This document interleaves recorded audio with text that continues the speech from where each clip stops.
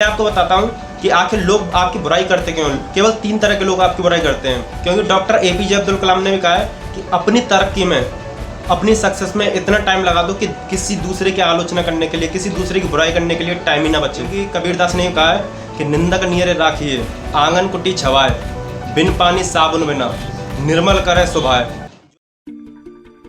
जय हिंद दोस्तों, मेरा नाम विजेंद्र, स्वागत है आप सभी का। जैसे कि आप किसी की आलोचना करते हैं या किसी की बुराई करते हैं तो उसका आपके ऊपर क्या इम्पैक्ट पड़ता है। जब आप किसी की आलोचना करते हैं तो आपकी भड़ास तो निकल जाती है, जब आप जो आपके अंदर गुस्सा भरा पड़ा होता है वो तो निकल जाता है, लेकिन उससे दूसरे पे क्या प्रभाव पड़ता है। वो एकदम या तो दुखी हो जाएगा या गुस्सा करने लग जाएगा आपके ऊपर, या आपके बारे में गलत सोचने लग जाएगा। आपको जब किसी की आलोचना करें तो 2 चीज़ का ध्यान रखें। एक तरह के लोग तो तार्किक होते हैं, एक तरह के होते हैं भावनात्मक। तार्किक मतलब जो लॉजिकल, जो बात को सोचते हैं।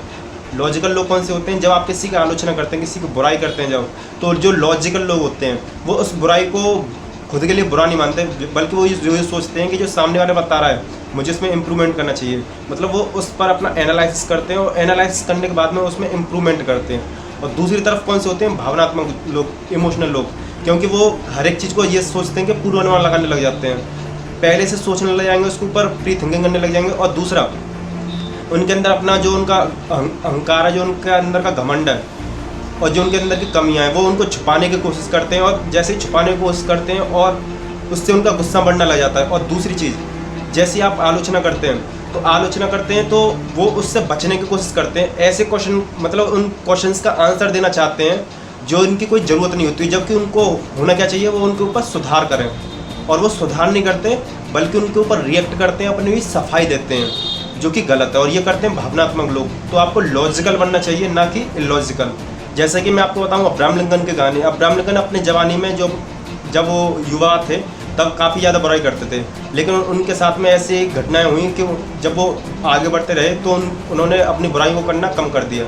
और फिर उनका जो प्रिय कोटेशन था, वो बोलते थे कि किसी की आलोचना मत करो, किसी की बुराई मत करो, ताकि कोई आपकी आलोचना ना करे।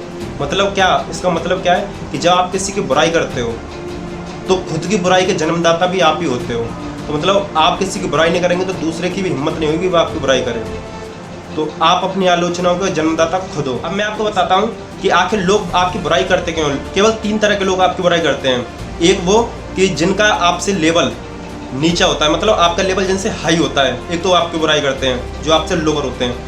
दूसरा वो जो आपको प्राप्त हो गया, मतलब जो आपको मिल गया वो उनको नहीं मिल पाया। और तीसरे वो जो आपको कॉपी करना चाहते हैं। इन्हीं तीनों वजह से वो आपकी बुराई करते हैं। वो खुद तो उस लेवल पर पहुंच नहीं पाए, इसी वजह से वो आपकी बुराई कर आपको नीचे कराना चाहते हैं। जबकि आपको क्या करना चाहिए?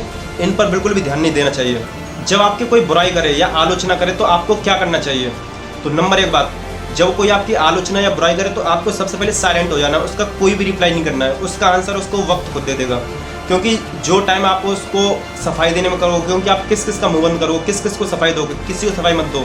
जितनी आप की कोई आलोचना करे उतने ही चुप हो जाओ और अपने उस टाइम को अपनी तरक्की में लगा दो। क्योंकि डॉक्टर एपीजे अब्दुल कलाम ने भी कहा है कि अपनी तरक्की में, अपनी सक्सेस में इतना टाइम लगा दो कि किसी दूसरे की आलोचना करने के लिए, किसी दूसरे की बुराई करने के लिए टाइम ही ना बचे।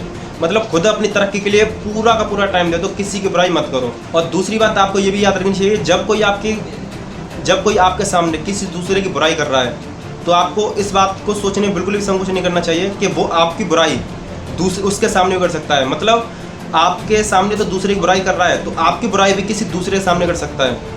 इस बात को आपको ध्यान में रखते हुए उससे बात करनी चाहिए। तो आप आगे से याद रखें कि आपको किसी की पहली बात तो बुराई नहीं करनी है, और दूसरी बात, जब कोई बुराई आपकी करे तो उससे मनमुटाव नहीं करना है, उसको मतलब अपना दुश्मन नहीं मानना। उससे ये सोचो कि आप उसकी अपनी गलतियों को एनालाइज करके उनको सुधार कर सकते हैं। क्योंकि कबीरदास ने कहा है कि निंदक नियरे राखिए, आंगन कुटी छवाए, बिन पानी साबुन बिना निर्मल करे सुभाए। जो आपके बुराई करने वाले हैं उनको आप अपने निकट ही रखिए, क्योंकि वो बिना किसी अपने फायदे के, बिना किसी प्रॉफिट के आपकी कमियों को बताते हैं। तो ऐसे लोगों को अपने पास ही रखिए, वो आपकी कमियों को बताते हैं, आप उनसे इम्प्रूवमेंट करके और ज़्यादा बढ़ सकते हैं। जब आप किसी की बुराई करें या कोई आपकी बुराई करे तो आपको ये बात याद रखनी चाहिए कि your words is your identity, मतलब जो आपके शब्द होंगे वही आपकी पहचान है। और याद रखें, किसी की बुराई ना करें, किसी से निंदा ना करें, किसी की शिकायत ना करें, और जो भी होता है अच्छे के लिए होता है। All is well. अगर आपको वीडियो पसंद आई तो वीडियो को शेयर करें और